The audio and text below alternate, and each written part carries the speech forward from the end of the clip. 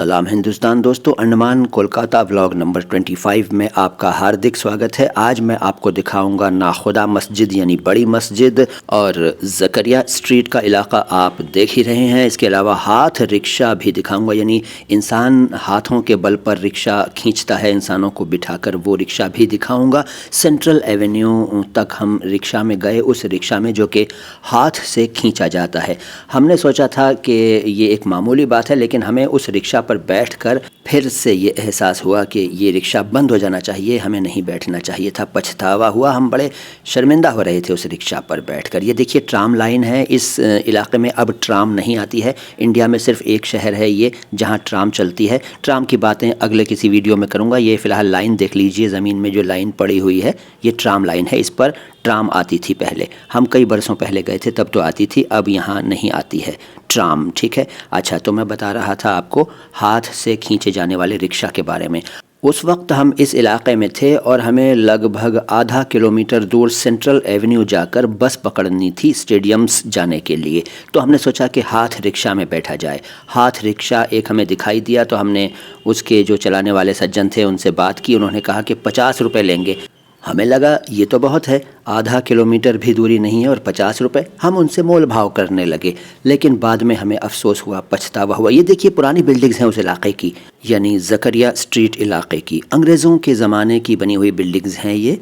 तो हम बात कर रहे थे हाथ रिक्शा की। हमने 50 रुपये ज़्यादा समझे तो हमने उनसे मोल भाव किया, लेकिन हमने आपको बताया कि हमने बाद में पछतावा किया, हमें अफसोस हुआ और हमने कुछ और किया। क्या किया अभी बताएंगे। फ़िलहाल ये इलाका देखिए, यहाँ से हमने वो हाथ रिक्शा पकड़ा। एक साहब खड़े हुए थे, ये देखिए हम उस रिक्शा में बैठेंगे अब। और ये सज्जन जो खड़े हैं, ये देखिए ये बुज़ुर्ग, ये बुज़ुर्गवार जो हैं ये उठाकर चलेंगे। मुझे तभी बुरा लगा था कि यार ये बड़ी एज के इंसान हैं और ये हमें उठाएंगे। अच्छा, मैंने इनकी उम्र का अंदाज़ा ये लगाया था कि ये 50-55 के आसपास होंगे, लेकिन इनकी उम्र क्या थी ये बाद में बताऊंगा आपको। फ़िलहाल देखिए ये हम इसमें बैठे हैं, बेदिली से बैठे हैं, मतलब हमारा दिल नहीं चाह रहा था, लेकिन बस बैठ गए और ये साहब चल पड़े। इनको पीछे से देखकर हमें बहुत ही दुख हो रहा था, बड़े अफसोस हो रहा था। हमें लग रहा था यार क्यों बैठे हम रिक्शा में। खैर थोड़ी सी दूरी थी, हमने सोचा कि भाई अब नहीं बैठेंगे कभी इनके इस तरह के रिक्शों में, क्योंकि इंसान खींचता है। वहाँ आम तौर पर मैंने देखा है कि ये रिक्शा अभी भी चल रहे हैं, लोग बैठते हैं और इस तरह लोग जो हैं वो इनको खींचते हैं और लेकर जाते हैं रिक्शा में बिठाकर। हालांकि मुझे बड़ा डर ये लग रहा था सोचकर कि यार अगर इनके हाथ छूट जाएं तो हम लोग तो चित हो जाएंगे।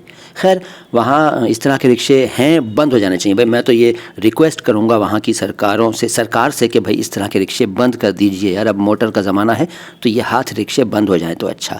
खैर हम इनके साथ यानी इनके रिक्शा पर बैठे हुए, थोड़ी सी तो दूरी थी। ये सामने आपको गेट एक नज़र आ रहा है, शायद ये इस गेट तक हमें जाना था और यहाँ से बस लेनी थी, हमें कुछ स्टेडियम्स देखने थे।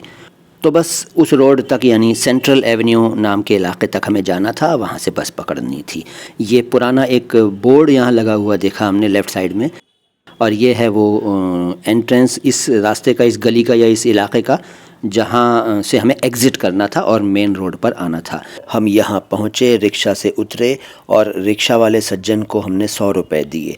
कहाँ तो देखो हम एक तरफ 50 रुपये भी देना नहीं चाह रहे थे और कहाँ हमने बिना उनके मांगे 100 रुपये दे दिए।